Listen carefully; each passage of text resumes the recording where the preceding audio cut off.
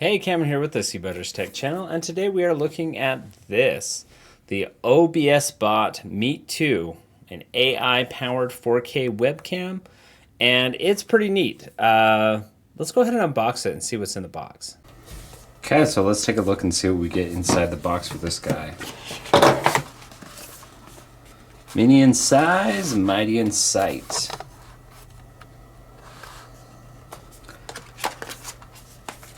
Okay, and it does tell you right on the back everything you're going to get in here. Privacy color cover, magnetic mount. You can get a USB-C to USB-A adapter in addition to just the USB-C cable, so it should work in any port you have on your computer. And look at that cute little guy right there. Now, this is something I feel like people should have been doing a long time ago. We have these tiny cameras in our phones, and you know, they already exist. Why aren't people like and they look really good. You know, most people's phone camera looks better than even a $200 real camera sometimes. But yeah, taking those phone electronics, and I don't know if that's what they're doing here, but they're definitely matching the size, and gets us this tiny little 4K device that hopefully gives us really good picture output with its 4K resolution. We have the magnetic mount, and here we get our user manual, warranty. Is everything in there? Let's take a look at our accessories and cable. Okay, and this is nice that they have this. Convert that USB-A into USB-C, and of course the USB-C cable. Just going to check the length here.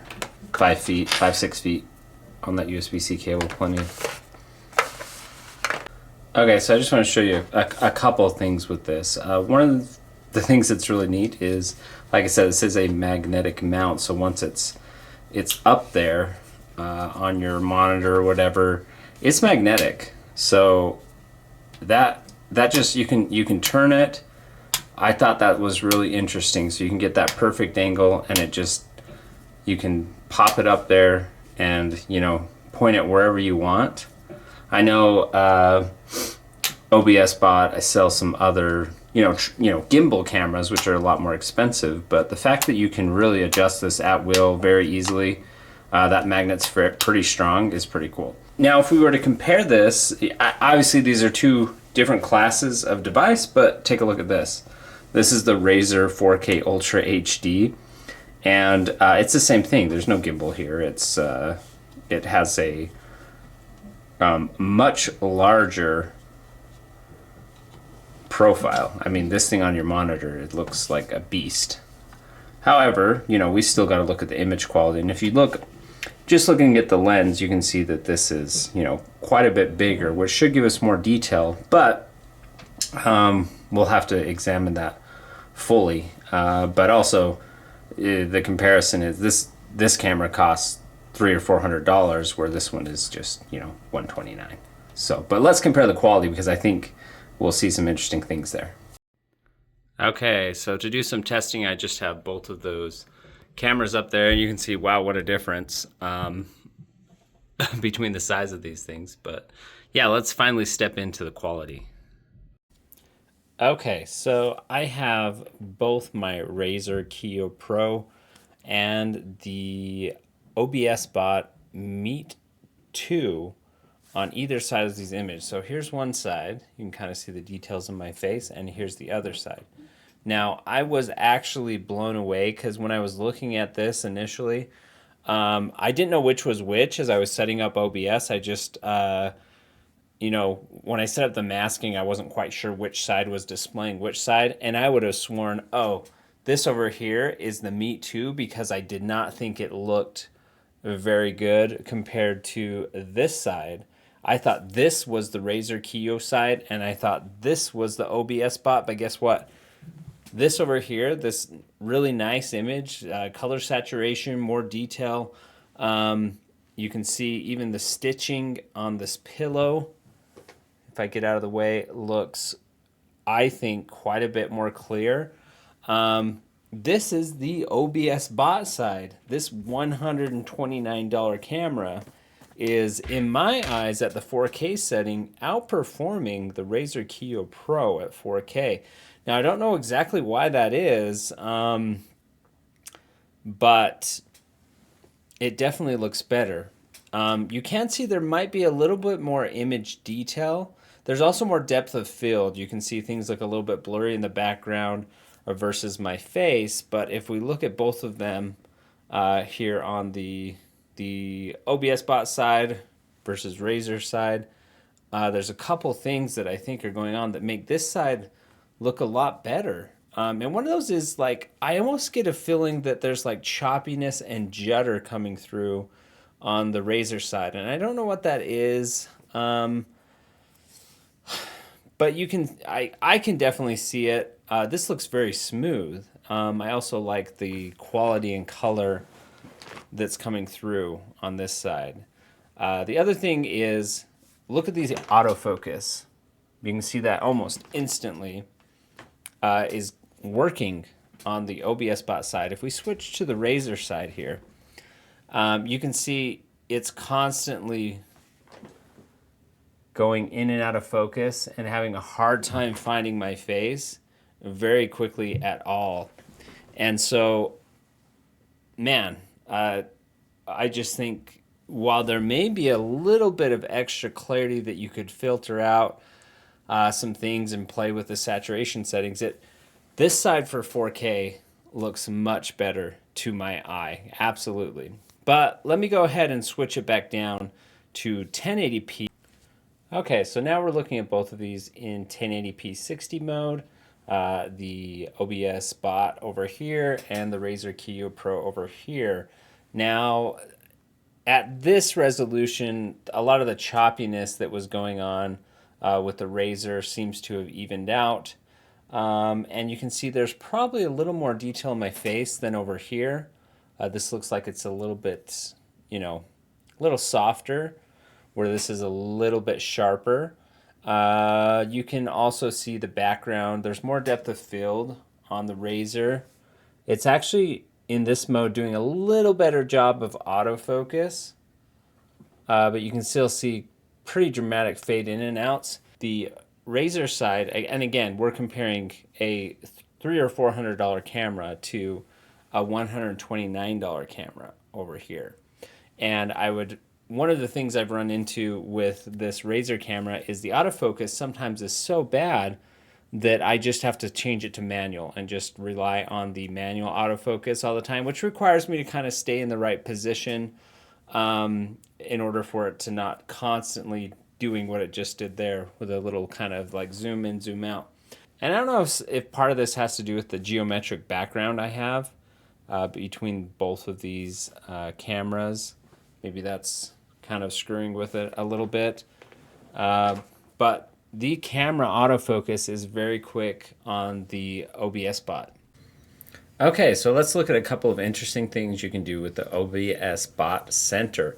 Now, one of the obvious things that you might want to use this for is your auto framing. So if we go ahead and turn that on, you can see it automatically kind of goes to track you and keep you in frame in this where you are, and it does this without gimbal. This is completely a digital setup. You can change that to close-up, or you can turn that auto framing off and rely on wide, medium, and narrow as well. And you do have zoom capability here to pull that back out automatically if you want. Now, another thing you can do, of course, is adjust the autofocus, and you can make that be a global or a face mode. Again, this has a pretty shallow depth of field, so obviously you still want it to focus, but this auto works really well. I don't even know if I would turn that off ever to use the manual mode because of how well it's working. You can adjust your auto flicker settings between 50 and 60 here. You've got a white balance and, of course, all your contrast, saturation. Ooh, yeah, that's fun.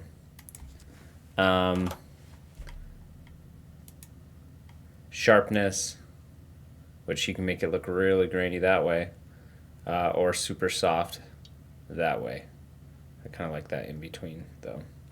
And of course hue, I'm not going to play with that, make myself look, well, why not? Okay, yeah, I want to look green. Some of these, like, do you really want to use this? But yeah, being able to tweak this, of course, you want that capability. Okay, I'm going to set these all back to default so we don't mess anything up for the rest of the testing.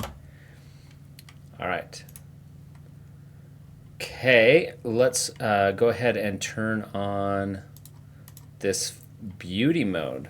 And I don't know if I'd use this for beauty, but this bokeh effect can be good if you want to blur your background or give you kind of a depth of field look to the video. So if we look at that, you can see you can really, you know, that's a little much, but if you want just a slight effect like that, that seems to work really well. And you have temperature settings as well. Let's go auto again with that. All right, so let's turn off the bokeh effect, and you can go straight to retouch. Now, I'm not as young as I used to be when I started this channel, right? So let's go ahead and see how this looks. It may look really weird. There we go. The filter. Classic. Oh, those are beautiful lips. Beautiful lips. Let's go man. Do I look more manly? More manly to you guys? Maybe not. But yeah, you can change a lot of things here. Tone, smoothness. Oh yeah, that looks totally real. Clarity. A lot of things to play with here. Want to be slim? Oh yeah, very slimming. Nice. Nice. Okay. Too much fun with that. Filters, nature, fresh, clear, crystal, film, sheer, pure, black and white, and soda. So again, depending on what you're doing with your webcam, of course, these are nice things to have. Personally, the only one I might touch in here is maybe this film effect, just to kind of blur the background a little bit, give a little more depth of field, and make the video look a little bit nicer there. So I do like that effect quite a bit. But yeah, I'll turn off the beauty. And of course, you have you can film and take images here inside the camera. And I believe that these settings right here, I'm not quite sure what those do. Okay. If you want to manage multiple devices, it looks like it lets you switch between those quickly and even has global hotkeys for you to achieve that. So that looks really nice. A lot of more advanced settings. We've got on-screen display settings if you are into that type of thing. So really the whole kitchen sink, and the thing I like about this particular program, the OBS Studio, is if I go ahead and turn off the video preview and we look at, so if we go ahead and look at the type of resources that OBSBOT is using here, and again, this is like up and front and center, right? 0.6, you can see like versus like my IQ. It is pinging the CPU occasionally. Let me minimize it and see if it stops doing that quite as much. Yeah, a little bit less usage there. Still pinging around though, but I mean 0%. And you can see it's working its way down the list. It's especially minimized. It's good to see that it's not just kind of pinging constantly your CPU, which OBS Studio and IQ seem to be doing, especially IQ. Okay, so let me show you something really cool. In addition to having, you know, this 4K video feed, if we go ahead and do one of these, you get some really great ability to film in portrait mode, which for those of you who are making TikToks, Facebook, Instagram, whatever you might need this aspect ratio for, OBSBOT's got you covered. Okay, so this has been the OBSBOT Meet 2 AI-powered 4K webcam. That really is quite nice. I think for most users, this is the webcam to get, especially, I mean, even for just Zoom calls and things like that. Really great details of the fact that it will follow you around, has like the kitchen sink in the app that they give you with this.